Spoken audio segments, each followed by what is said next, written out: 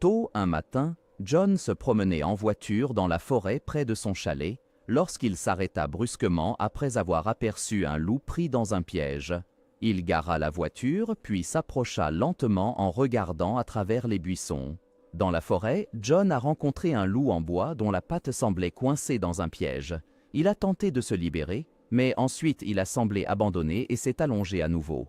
Le loup avait l'air fatigué, comme s'il avait perdu espoir.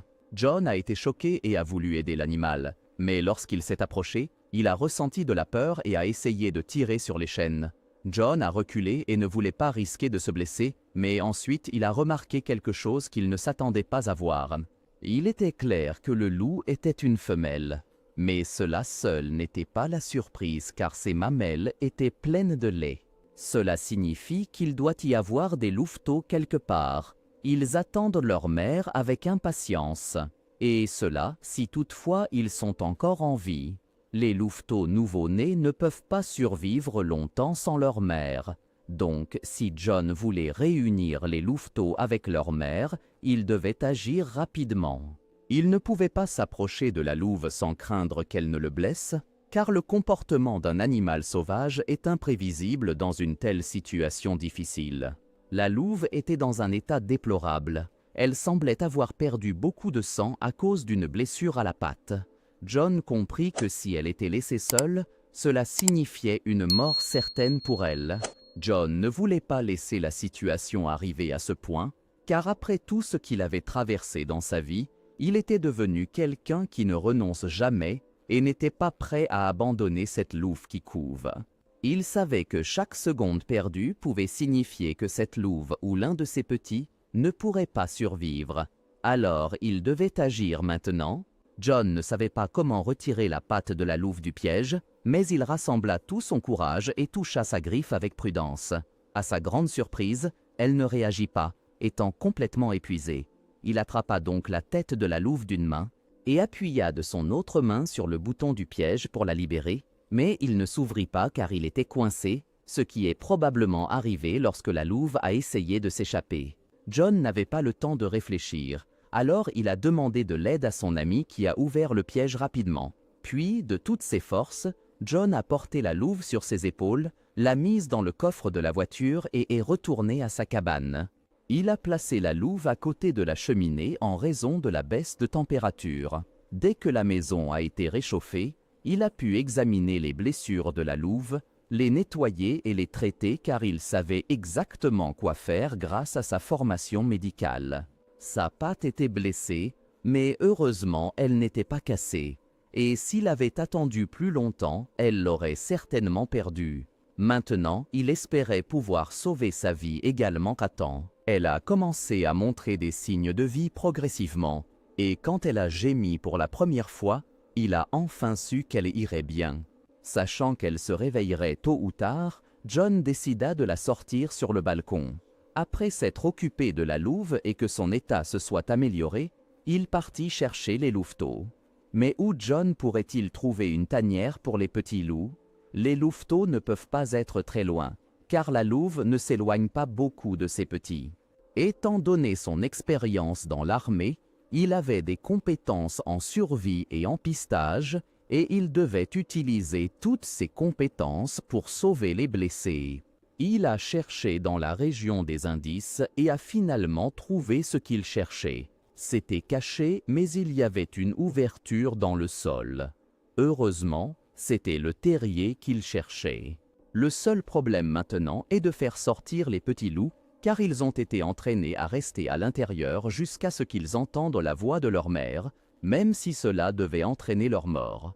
John était déterminé à les faire sortir, alors il a essayé de toutes les manières d'imiter le son des loups, mais sans succès.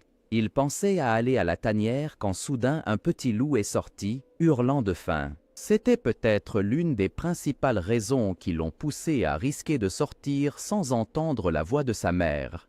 Après que le premier chiot soit sorti, les autres l'ont rapidement suivi.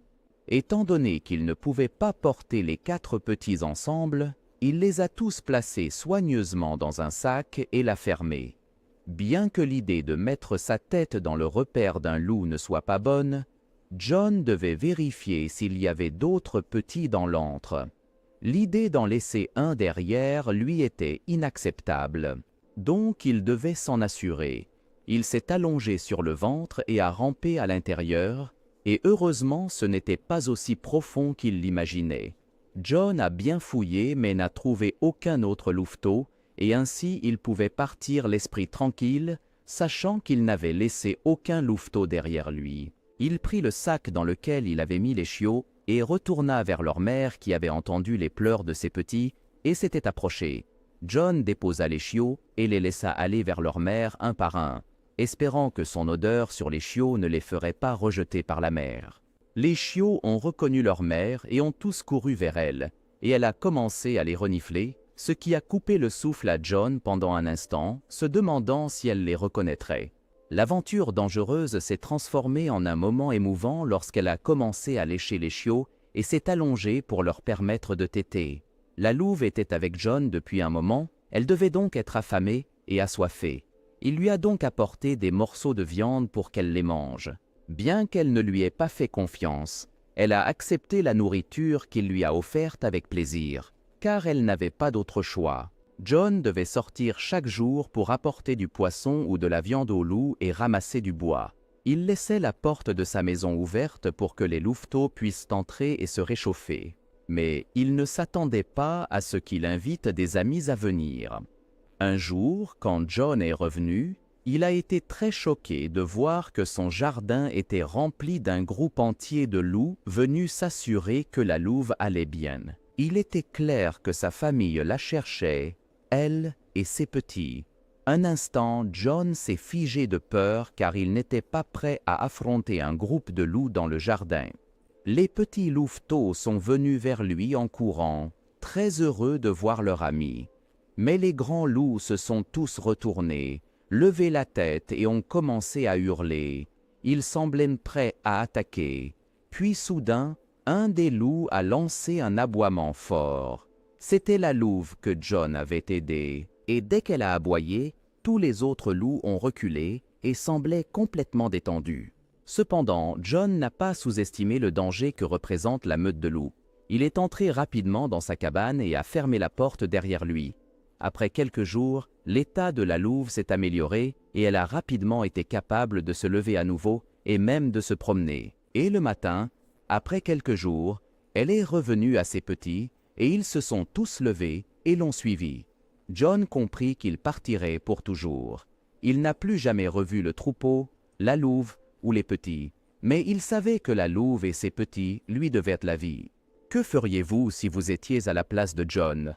Partagez vos opinions dans les commentaires ci-dessous. Et si vous avez apprécié la vidéo, n'oubliez pas de cliquer sur « J'aime », de vous abonner à la chaîne et d'activer la cloche pour recevoir nos vidéos en premier.